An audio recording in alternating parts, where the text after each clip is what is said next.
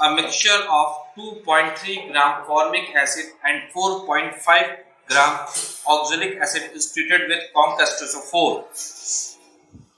The evolved gaseous mixture is passed through KOH pellets. Weight in gram of the remaining product at STP will be. हमारे पास एक mixture है, mixture के अंदर formic acid है और oxalic acid है। इसकी रिएक्शन हम लोग करवा रहे हैं कंसंट्रेट H2SO4 के द्वारा। कॉन्सेंट्रेट H2SO4 एक तरह का डिहाइड्रेटिंग एजेंट है जिसके द्वारा CO प्लस H2O बनेगा। H2O is absorbed by H2SO4, absorbed by H2SO4। अब ऑक्जेलिक एसिड के कॉन्सेंट्रेट H2SO4 के साथ रिएक्शन कराएंगे तो यहां क्या बनता है बेटा, CO plus CO2 plus H2O। यहां भी सेम कॉन्सेप्ट है कि H2O किसके द्वारा एब्जॉर्ब हो जाएगा बेटा, H2SO4 के द्वारा। तो H2O is absorb by concentrate H2SO4।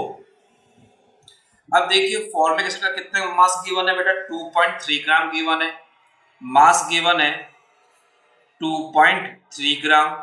मोल कितने आएंगे बेटा, 2.3 divide by 46 is the molar mass of formic acid बराबर 1/20 मोल। जब इसके 1/20 मोल है तो ये 0 है, और जब ये रिएक्शन पूरी हो जाएगी यानी कि इनिशियल मोल मैं मान लेता हूं यहां पर टाइम t बराबर 0 पर इसके 1/20 मोल है, ये 0 टाइम t बराबर t पे ये 0 आ जाएगा। इसे कितने मोल आ जाएंगे बच्चा, 1/20, और इसके भी कितने आएंगे 1/20। मगर this water is absorb by Conc-H2SO4। Same concept बेटा हमारे पास ऑक्जेलिक एसिड के लिए अप्लाई करेंगे। मास कितना गिवन है, 4.5 ग्राम।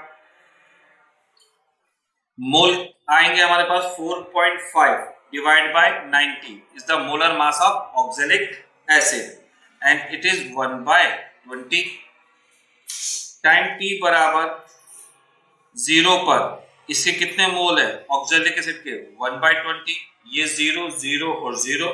टाइम t बराबर t पे ये 0, 1/20, 1/20, 1/20। तो वाटर आपके पास एब्जॉर्ब किसके द्वारा हो रहा है बेटा, H2SO4 के द्वारा। कार्बन डाइऑक्साइड को कौन एब्जॉर्ब कर लेगा, CO2। कार्बन डाइऑक्साइड को कौन एब्जॉर्ब करेगा, sorry KOH pellet, KOH pellet CO2 को एब्जॉर्ब करेंगे। तो अब रिमेनिंग प्रोडक्ट क्या रहेगा, CO और CO, यानी कि टोटल मोल ऑफ CO बराबर 120, 1/20 प्लस 1/20 बराबर 1/10। हमें क्या निकालना है बेटा, मास निकालना है। तो मास आएगा मोल इनटू मॉलिक्यूलर मास। मोल कितने हैं 1/10, मोलर मास कितना है बेटा 28। The right answer is 2.8 gram. Third is our right answer. Our next question is the correct difference between first and second order reaction is that the rate of first order reaction does not depend on the reactant concentration. False statement हो गया बेटा, reactant की concentration के ऊपर first order reaction depend करती है। The rate of second order reaction does not depend on reactant concentration, ये भी false statement है बेटा। रेट सेकेंड ऑर्डर में रिएक्टेंट की कॉन्सेंट्रेशन के ऊपर डिपेंड करती है, तो ये फॉल्स। सेकेंड स्टेटमेंट है the half life of a first order reaction does not depend on A not. बिल्कुल सही है, because first order of reaction के लिए जो टी हाफ होता है वो 0.693 अपॉन के रिएक्शन होता है। ओके, और ये भी टी हाफ किसके लिए लिख रहे हैं अपन, रिएक्शन के लिए लिख रहे हैं। तो यहाँ पे टी हाफ के फार्मूले में कहीं भी कॉन्सेंट्रेशन नहीं आ रहा है, इसका मतलब ये वाला जो स्टेटमेंट है आपका ट्रू हो गया।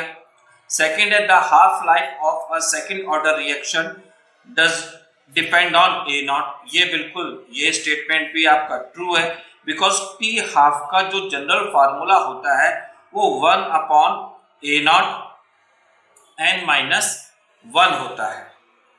Is that clear?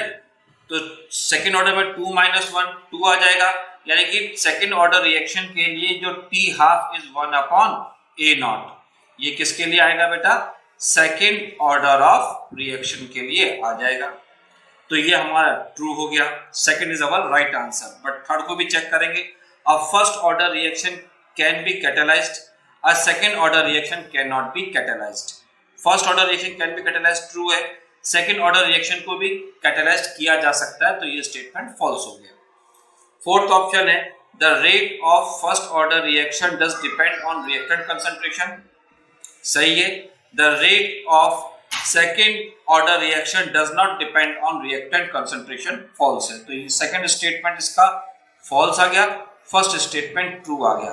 तो overall second is our right answer. Our next question is, speed को बढ़ाने के लिए कुछ हमने हेल्प ली है। क्या हेल्प ली? समय आने पे मालूम चलेगा। Consider the change in oxidation state of bromine corresponding to different EMF values as shown in the diagram below. अब ये डायग्राम है, हमें बताना है डिस्प्रपोर्शनेशन कहाँ हो रहा है, किस स्पीसीज के अंदर डिस्प्रपोर्शनेशन हो रहा है। तो पहले ये समझेंगे कि डिस्प्रपोर्शनेशन क्या होता है। जब एक ही केमिकल रिएक्शन में किसी एक एलिमेंट में 3 तरह के ऑक्सीडेशन नंबर होते हैं तो उसे डिस्प्रपोर्शनेशन कहते हैं। या सही लैंग्वेज के अंदर हम और भी इसको एक्सप्लेन कर सकते हैं, जब एक ही एलिमेंट ऑक्सीडाइज और रिड्यूस दोनों हो रहा है, that is called disproportionation reaction. एक ही एलिमेंट ऑक्सीडाइज भी हो रहा है और रिड्यूस भी हो रहा है, दैट इज कॉल्ड डिस्प्रपोर्शनेशन। ऐसा कई जगह होता है कि एक ही एलिमेंट के अंदर, एक ही केमिकल रिएक्शन में एक ही एलिमेंट 3 तरह की ऑक्सीडेशन स्टेट शो करता है, लेकिन वो हमेशा डिस्प्रपोर्शनेशन हो ऐसा पॉसिबल नहीं है। वो अलग कुछ और भी होता है, कम प्रोपोर्शनेशन भी पॉसिबल है। अब देखिए, ब्रोमीन की बात करेंगे तो यहाँ पे ऑक्सीडेशन नंबर +7 आ जाएगा। यहाँ पे यदि हम बात करेंगे बेटा तो यहाँ पे +5 आ जाएगा। यहाँ हम बात करेंगे बेटा +1 आ जाएगा, यहाँ 0 आ जाएगा और यहाँ -1 आ जाएगा।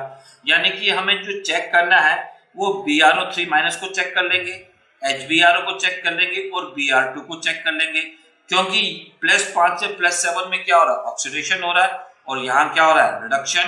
HBrO के अंदर बात करेंगे तो +1 से +5 में क्या हो रहा है? ऑक्सीडेशन, और यहाँ क्या हो रहा है? रिडक्शन। Br2 की बात करेंगे, यूं जाएंगे तो क्या होगा? ऑक्सीडेशन, और यूं जाएंगे तो क्या होगा? रिडक्शन। अब जो वैल्यूज गिवन है, आप ओवरऑल चार्ट को ढंग से देखेंगे तो रिडक्शन आ रहा है, यानी कि जो भी ये वैल्यूज गिवन है वो किसी गिवन है? रिडक्शन पोटेंशियल की वैल्यू गिवन है। ओके, चलिए अब फर्स्ट ऑप्शन को चेक करते हैं बेटा। BrO3- है, हमने BrO3- की बैलेंस्ड केमिकल रिएक्शन लिख ली और E0 सेल बराबर E0 oxidation plus E0 reduction किया। अब हम कैलकुलेशन से इस बात को बहुत अच्छी तरीके से जानते हैं कि E0 Rp बराबर minus of E0 OP, E0 Rp बराबर minus of E0 OP। Calculation के अंदर रिडक्शन पोटेंशियल, ऑक्सीडेशन पोटेंशियल की वैल्यू सेम होती है, बट साइन का डिफरेंस होता है। उसी चीज की हमने हेल्प ली है। अगर E सेल नेगेटिव आ रहा है, that is the reaction is non spontaneous, non feasible, disproportionation नहीं होगा। तो ये फर्स्ट ऑप्शन रहा, ये हमारे पास सेकंड ऑप्शन रहा। इसके अंदर 0.095 वोल्ट स्पॉन्टेनियस रिएक्शन आ रही है, that is the HBrO is our right answer. Fourth is our right answer.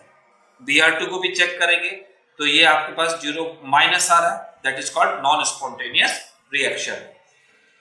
समय को बचाने के लिए हमने थोड़ा फास्ट प्रोग्राम बनाया है, इसलिए इस क्वेश्चन को सॉल्व करके रखा है। Our next question is, in which case the number of molecules of water is maximum? 18 ml of water आपके पास है,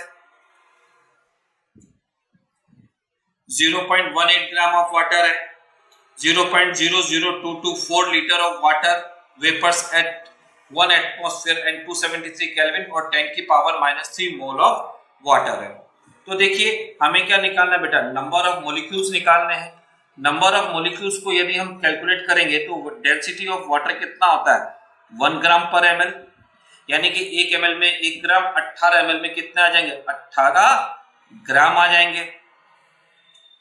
फर्स्ट ऑप्शन को चेक करें हम, फर्स्ट ऑप्शन को चेक करेंगे तो 18 ml बोले या 18 ग्राम बोले, इससे मोल ऑफ H2 कितना आ जाएगा, मास अपॉन मोलर मास 1 आ जाएगा। और मॉलिक्यूल्स की यदि हम बात करें तो मॉलिक्यूल्स को हम जानते हैं मोल इनटू Na, मोल कितना है 1 इनटू Na, तो नंबर ऑफ मॉलिक्यूल्स कितने आ गए Na। सेकंड ऑप्शन की बेटा हम आपसे बातचीत करेंगे तो कितना है 0.18 ग्राम वाटर है, मोल ऑफ वाटर कितना आ जाएगा हमारे पास 0.18 mass upon molar mass 0.01। Molecules क्या होते हैं बेटा, मॉलिक्यूल्स होंगे मोल इनटू Na, तो 0.01 इनटू Na बराबर 10 की पावर -2 Na। थर्ड हम बात करेंगे बेटा, यहाँ पे ये STP की कंडीशन गिवन है, यानी कि यहाँ पर मोल निकालने के लिए हम लगाएंगे formula volume of gas at STP upon 22.4 litre. तो ये कितना आएगा 0.00224 अपॉन 22.4। इसको यदि हम सॉल्व करेंगे तो हमारे पास इसके मोल आएंगे, देखिए ये एक बिंदी 1 2 3 4 5, 1 2 3 4 5, ये ब्रेक 10 की पावर -4 मोल आ गए। मॉलिक्यूल्स की यदि बेटा हम बात करेंगे यहाँ भी तो 10 की पावर -4 इंटू Na, 10 की पावर -4 Na आ जाएगा, यानी कि कंटिन्यू मॉलिक्यूल्स की संख्या कम होती जा रही है। यह मुख्य बात है, विशेष बात है। और लास्ट ऑप्शन में तो सीधा मोल ही दे दिया 10 की पावर -3 मोल, तो मॉलिक्यूल्स कितने हो जाएंगे बेटा 10 की पावर -3 मोल इंटू Na, तो 10 की पावर -3 Na ये मॉलिक्यूल्स हो जाएंगे। और इसके जो मोल्स हैं वो क्लियर गिवन है हमारे पास 10 की पावर -3, तो डेफिनेटली नंबर ऑफ मॉलिक्यूल सबसे ज्यादा किसके होंगे 18 ml of water. First is our right answer. Our next question is iron exhibits BCC structure at room temperature above 900 degrees centigrade. It transferred to FCC structure. The ratio of density of iron at room temperature so that at 900 degrees centigrade BCC से FCC में change हो रहा है above 900 degree centigrade. It transferred to FCC structure. The ratio of density निकालनी iron at room temperature to that at 900 degree centigrade. चलिए, तो ये एक तरह का बेटा टेम्परेचर हो गया जिसमें BCC और FCC दोनों पे दोनों एग्जिस्ट कर रहे हैं। तो देखिए BCC का स्ट्रक्चर क्या होता है, पहले इसको हम समझते हैं। BCC के अंदर आपके पास ये कुछ वैल्यूज है जो ध्यान में रहनी चाहिए। √3a बराबर 4r BCC के लिए होता है। FCC के लिए क्या होगा बेटा √2a बराबर 4r। ये बेसिक फंडामेंटल है। बाकी डेंसिटी बराबर क्या होता है Zm upon a cube into Na। चलिए अब इसके बारे में डिस्कस करते हैं। BCC बराबर 4r √3a, FCC का a की वैल्यू हम लोगों ने पुट कर ली, डेंसिटी बराबर Zm upon a cube into Na, values को पुट किया, a की वैल्यू पुट करी और कैलकुलेशन करी, तो ये हमारे पास आंसर आएगा। कुछ हमने हेल्प किया ताकि कम समय में वीडियो कंप्लीट हो जाए और सही आंसर जो बनेगा 3√3 अपॉन 4√2, यहाँ पे 4 आएगा बेटा, ये मिसप्रिंट है। Okay, third is our right answer. Our next question is, on which of the following properties does coagulation power of an ion depend? अब देखो बेटा यहाँ पे कोगुलेशन पावर ओनली एक चैप्टर के अंदर आता है, surface chemistry, Hardy Schulze rule. Hardy Schulze rule बोलता है, हार्डी-शूज रूल बोलता है both magnitude and sign of the charge the ion, मतलब मैग्नीट्यूड आपके ऊपर +1 +2 +3 +4 चार्ज है, मैग्नीट्यूड बढ़ता जा रहा है, -1 -2 -3 -4 है, मैग्नीट्यूड बढ़ता जा रहा है, तो मैग्नीट्यूड के ऊपर डिपेंड करेगा। Sign of the charge the ion, इसका क्या मतलब है, अगर आपके पास कोई नेगेटिव चार्ज है तो उसके लिए पॉजिटिव चार्ज वाला आयन लेना पड़ेगा, और कोई पॉजिटिव चार्ज है तो उसके लिए नेगेटिव चार्ज वाला आयन लेना पड़ेगा फॉर द कोगुलेशन। चलो, third is our right answer. Our next question is, following solutions were prepared by mixing different volumes of NaOH and HCl of different concentration। अब आपके पास बेस और acid का है, mixture बना रहे हैं, पीएच कितनी होनी चाहिए, 1 होनी चाहिए। अब देखिए यहाँ पे ये स्ट्रॉन्ग बेस है, ये स्ट्रॉन्ग एसिड है, सीधा फार्मूला याद कर लीजिए आप लोग कि जब भी स्ट्रॉन्ग एसिड और बेस के अंदर यदि एसिड का कॉन्सेंट्रेशन ज्यादा आ रहा है तो क्या बन जाएगा, NaVa minus NbVb upon Va plus Vb।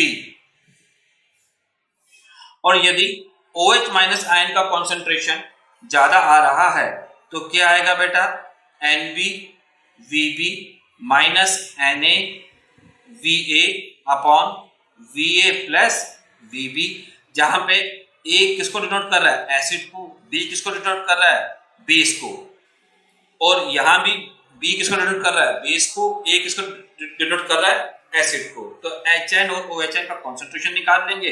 अब pH निकालना बहुत आसान है, minus of log HIN, this format we will use. अब देखिए यहां पर आपके पास पूरा दिया हुआ है, हम फोर्थ, इसका सही आंसर है नहीं, fourth pH equal to 1, fourth answer नहीं है बेटा इसका आंसर होगा सी, मतलब ये वाला फोर्थ आंसर सही है इसका, राइट ना। अब पहला चेक करेंगे बेटा हम लोग, 6 आ गया, 4 6 - 4 by 100 60 + 40 2 upon 100 2 × 10 की पावर -2, pH बराबर माइनस ऑफ लॉग HIN की हमने क्या वैल्यू पुट कर दी बेटा, 2 × 10 की पावर -2। सॉल्व करने में pH कितना आ रहा है, 1.7। सेकंड के अंदर भी उसी फॉर्मेट को, थर्ड में भी उसी फॉर्मेट को हमने फिक्स किया, और हमें pH किसका निकालना है, 1 का।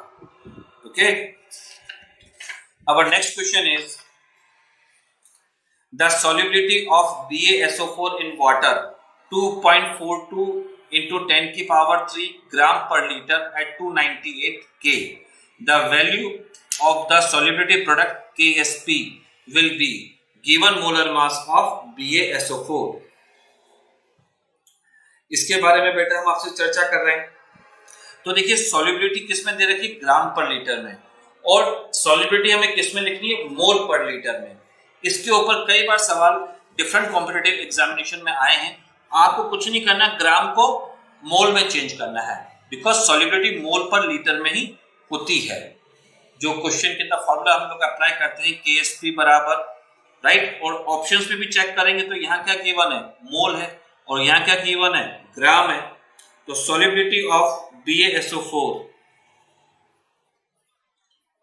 सॉल्युबिलिटी ऑफ BaSO4 कितना गिवन है बेटा हमारे पास, 2.42 × 10 की पावर -3 ग्राम पर लीटर। ये -3 ग्राम पर लीटर है, यहाँ पे बेटा माइनस आएगा, क्वेश्चन में मिसप्रिंट है, राइट। अब सॉल्युबिलिटी ग्राम पर लीटर है तो इसको हम किसमें चेंज करेंगे, मोल पर लीटर में। मोल पर लीटर में चेंज करने के लिए क्या करेंगे, डिवाइड बाय मोलर मास, 2.42 × 10 की पावर -3, और मोलर मास ऑफ BaSO4 कितना गिवन है, 233। ये हमारे पास आएगा बेटा लगभग 1.038 × 10 की पावर -5 मोल पर लीटर। राइट। KSP की यदि हम बात करें तो KSP BSO4 का कितना होगा, ये 1:1 है, 1 कैटायन 1 एनायन, AB टाइप का सॉल्ट है, तो KSP बराबर क्या होता है, S स्क्वायर 1.038 इंटू 10 की पावर -5 का स्क्वायर। इसको सॉल्व करेंगे तो ये लगभग आएगा हमारे पास, क्योंकि 1.038 की वैल्यू जो है 1 मैग्नीट्यूड है, मतलब ज्यादा है, 0.038 नेग्लिजिबल है, तो 1 का स्क्वायर 1 इंटू 10 की power -10, that is our right answer. अब इसको चेक करेंगे तो first is our right answer. साथ में मोल पर लीटर है, तो मोल का स्क्वायर और लीटर का स्क्वायर, मोल पर लीटर स्क्वायर।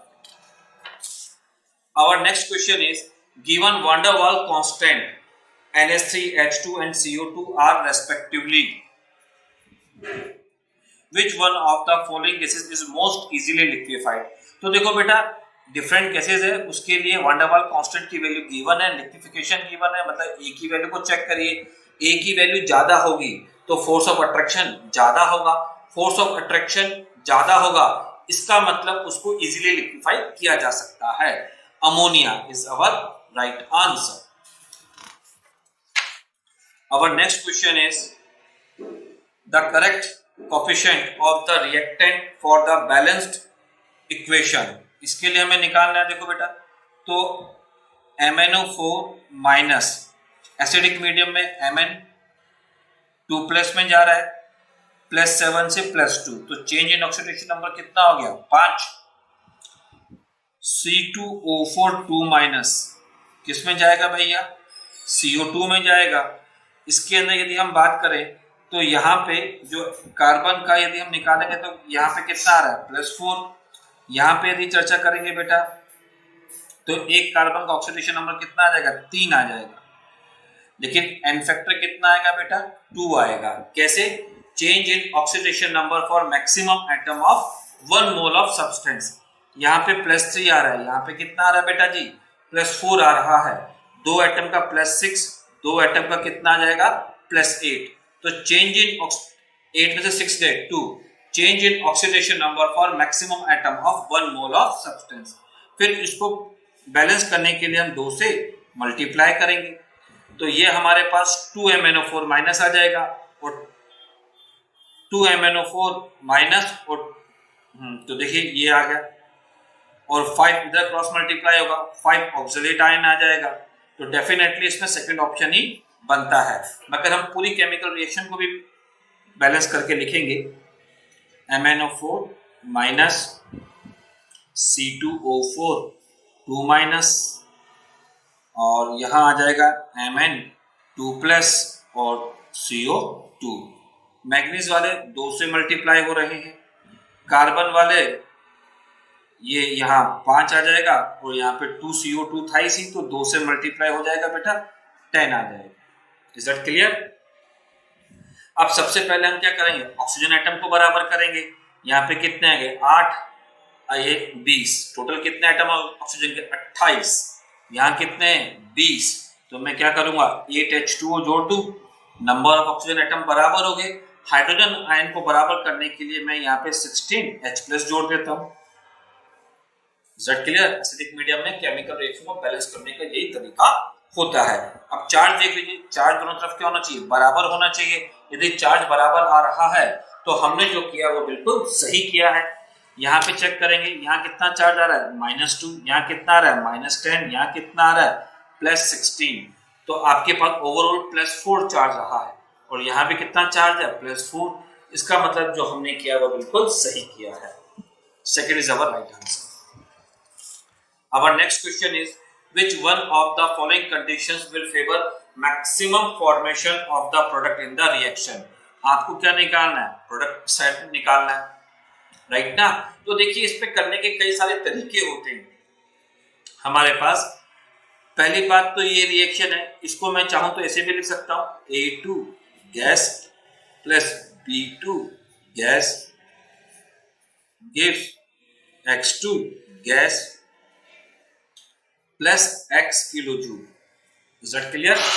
तो ये जो रिएक्शन हुई है आपके पास, ये रिएक्शन किस टाइप की होगी, इसको देखिए एक्सोथर्मिक रिएक्शन है, यानी कि हमें कहां जाना है, प्रोडक्ट ज्यादा बनाना है, तो टेम्परेचर को क्या करना पड़ेगा, कम, अकॉर्डिंग टू ली चैटरले प्रिंसिपल।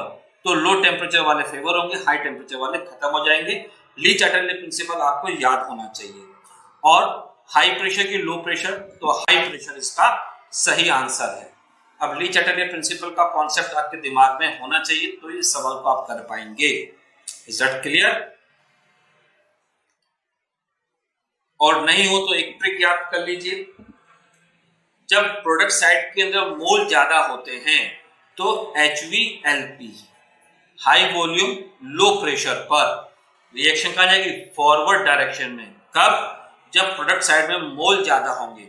या प्रोडक्ट साइड में मोल कितने हैं, कम है, एक, रिएक्टर साइड में कितने हैं, दो, तो लो प्रेशर का क्या हो जाएगा, रिवर्स हो जाएगा, यानी कि हाई प्रेशर। ये ट्रिक है। अब सॉल्यूशन में पूरा आपको ली चैटरले प्रिंसिपल नहीं समझाया जा सकता है। Our next question is the correction factor A to the ideal gas equation correspond to। देखो A क्या है बेटा, van der Waals gas constant है, force of attraction between the gases molecules को डिनोट करता है। सिंपल क्वेश्चन है, theoretical question है, इसमें कोई भी न्यूमेरिकल नहीं है।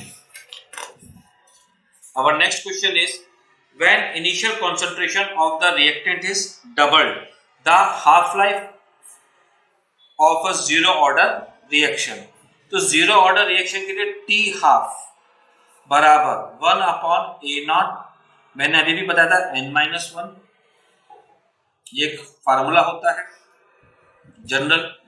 जीरो ऑर्डर में n कितना आ जाएगा, 0, ये 0-1, यानी कि T half is directly proportional to A0, ये एक जनरल फार्मूला से निकाला। या जीरो ऑर्डर फार्मूला का टी हाफ आप याद भी कर सकते हैं, टी हाफ बराबर A0/2K। कुल मिला के जीरो ऑर्डर ऑफ रिएक्शन के लिए जो टी हाफ है वो डायरेक्टली प्रोपोर्शनल टू कंसंट्रेशन है। अब रिएक्टेंट को क्या कर रहे हैं, डबल, तो हाफ लाइफ टाइम भी क्या हो जाएगा, डबल। सिंपल सा कॉन्सेप्ट है। अवर नेक्स्ट क्वेश्चन इज, देखिए यहां भी हम लोगों ने सॉल्यूशन बना के रख दिया ताकि लिमिटेड टाइम के अंदर लेक्चर्स हमारे पूरे हो जाए। The bond dissociation energy of X2 Y2 XY, देखो यहाँ पे रेशो गिवन है। रेशो का क्या मतलब होता है, 1:0.5:1 का मतलब होता है 1x:0.5x:1x, क्योंकि रेशो है, ये पढ़ने का तरीका है। और फॉर्मेशन कितना है, -200 किलोजूल पर मोल। हमें क्या निकालनी है, बॉन्ड एनर्जी ऑफ X2। पहली बात पर मोल है, तो रिएक्शन को हम लोग किस हिसाब से लिखना, पर मोल के हिसाब से लिखना है। ये एक इंपॉर्टेंट कॉन्सेप्ट है। Half X2 plus half Y2 gives XY। Bond energy के फार्मूले के लिए एंथैल्पी, चेंज इन एंथैल्पी बराबर stoichiometric coefficient into bond energy reactant minus summation of stoichiometric coefficient into bond energy of product. Bond energy of reactant X2 और Y2 क्या है, reactant है, stoichiometric coefficient कितना, हाफ है, इसका x, इसका 0.5x, product का स्टोइकियोमेट्रिक कोएफिशिएंट कितना है, 1, और कितना गिवन है, बॉन्ड एनर्जी x, यहां से हमें मालूम चल रहा है। कैलकुलेशन करेंगे तो क्या आएगा, 800 किलोजूल पर मोल।